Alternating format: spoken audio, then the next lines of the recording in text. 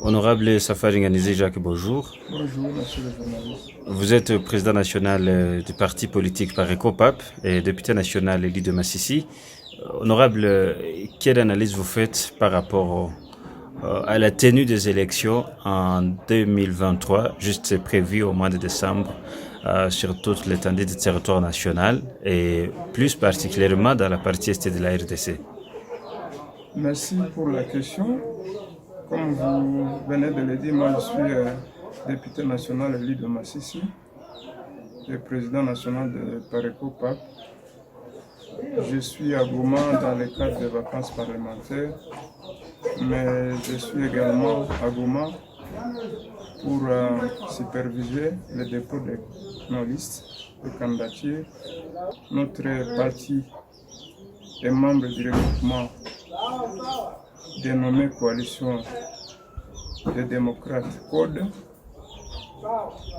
Aujourd'hui, nous avons déjà déposé nos candidatures dans différentes circonscriptions, Goma, Walikale, Nyiragongo, Beni, Butembo, Calais et ailleurs. Mais nous n'avons pas déposé nos listes dans les circonscriptions de Massissi et de Rutshuru. Parce que, comme vous le savez, ces deux territoires sont occupés depuis plusieurs mois par les M23 soutenus par le Rwanda. Et donc aujourd'hui, je ne suis pas satisfait parce que je suis élu de Massissi. Et donc le fait que le gouvernement et la CENI décidé que ces deux circonscriptions, les candidats ne déposent pas, c'est une déception pour nous.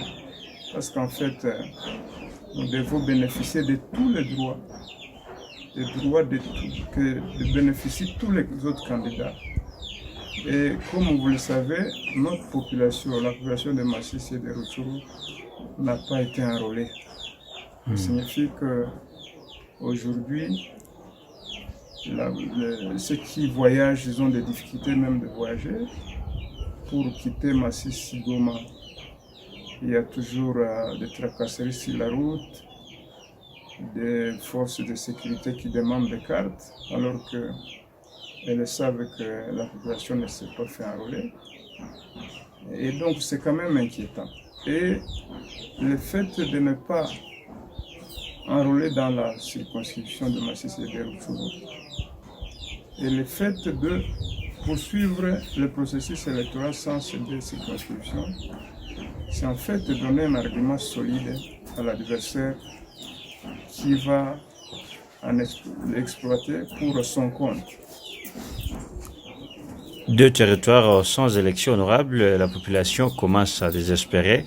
Quel mot d'espoir, vous, en tant que président national de la Pareco-PAP, vous donnez à la population de votre circonscription et de Rutshuru et voire même de Kwamouth? Nous avons mené des contacts auprès du gouvernement, même de la CENI, avec des collègues. Nous leur avons montré que aller aux élections sans ces deux territoires, c'est soutenir en fait, donner l'argument à l'ennemi. Je crois que le gouvernement est en train de s'organiser et nous continuons à espérer. Nous sommes vers la fin du mois de juillet. Nous espérons que toutes les réunions que nous voyons ici, la dernière fois, il y avait une grande réunion ici autour de cette question où on parlait de cantonnement des groupes d'IM23 et d'autres groupes.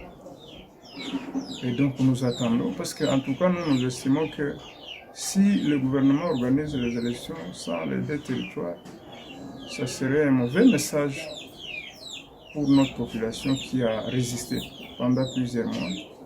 Mauvais message pour les jeunes gens qui se sont mobilisés pour défendre la patrie. Même un mauvais message pour toute la population congolaise. Il faut que le gouvernement mette tous les moyens pour que la sécurité revienne dans les territoires de Massissi et de Rutshuru parce que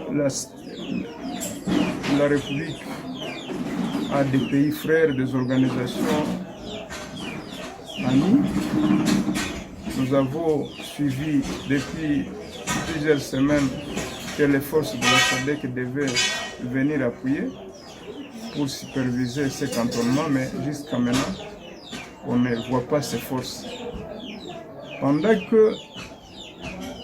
qu'on est en train d'organiser les élections, pendant que le processus électoral est en train d'avancer, le M23 est en train de massacrer la population de Rutshuru. Vous avez suivi dans le Bwito, le M23 appuyé par les troupes rwandaises a massacré la population de Bwito. Et tout ceci s'est passé à quelques mètres des positions de troupes derrière ça. C'est quand même inacceptable. Au Nord Kivu, précisément dans les Rutshuru, dans les Massissi, nous avons plusieurs forces qui sont là, les forces des Nations Unies. Mais toutes ces forces n'ont pas empêché les massacres de Bwito. Et donc, à part le fait d'être massacré, la population est en train de voir que les élections pointent à l'horizon et demain, cette population n'aura pas de représentation. C'est quand même inquiétant. Le gouvernement devait prendre la chose au sérieux et mettre tous les moyens pour sécuriser ces deux territoires. Honorable, plutôt dire qu'aujourd'hui, pour ce qui concerne le processus d'enrôlement dans ces deux parties du Nord Kivu, la population peut avoir de l'espoir que cette opération ou ces opérations auront lieu dans leurs entités. Bon, en tout cas, nous avons encore de l'espoir. Et nous pensons que le gouvernement a encore du temps.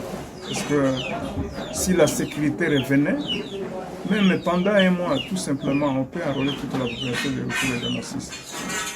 Il faut tout simplement que le gouvernement contacte ses partenaires, surtout les troupes de la SADC qui devraient venir nous aider, mais qui ne sont pas encore arrivés, pour que le cantonnement commence. En fait, c'est seulement une pression qu'on doit exercer sur le Rwanda. Il faut exercer une pression sur le Rwanda. Parce que le M23 ne peut pas exister sans le Rwanda. Donc nous demandons au gouvernement de mener toutes les démarches pour que la population de Rutshuru et de Masisi soit enrôlée. Vous le savez, dans cette province, il y a souvent des questions identitaires. Et nous ne voulons pas rentrer dans ces années-là. Et le gouvernement doit être conscient que aller aux élections sans ces deux territoires, c'est une mauvaise chose. Honorable, vers la fin, aujourd'hui, peut-on dire que Parécopap se prépare, se porte bien à la préparation des élections en décembre 2023? Oui, nous avons aligné les candidats dans différentes circonscriptions. Mais pour nous, Parécopap, tant qu'on n'a pas aligné dans les deux circonscriptions, on ne se sent pas bien. Parce que c'est notre fief, notre base naturelle. Le Paréco a commencé ici au Nord Kivu. Et il a commencé dans un cadre que vous connaissez, c'est-à-dire défendre l'intégrité du territoire. Mais lorsque l'intégrité du territoire est menacée aujourd'hui et que dans d'autres circonscriptions, les candidats se précipitent pour déposer leur candidature, mais ceux de Masisi et de Rutshuru ne déposent pas, ça nous met mal à l'aise. Et donc on est vraiment pas tellement, on n'est pas content parce que même si on a déposé dans d'autres circonscriptions, mais tant qu'on n'a pas encore déposé dans la circonscription de Masisi et de Rutshuru, on est un peu frustré. Et nous ne savons pas ce qui peut arriver demain. Honorable Safari Nganizi Jacques, je rappelle que vous êtes président national du parti politique Parécopap et député national élu du territoire de Massissi. Nous vous remercions d'avoir répondu à nos questions. Merci. Pareco viva! Viva! Pareco viva! Viva! Viva! Viva!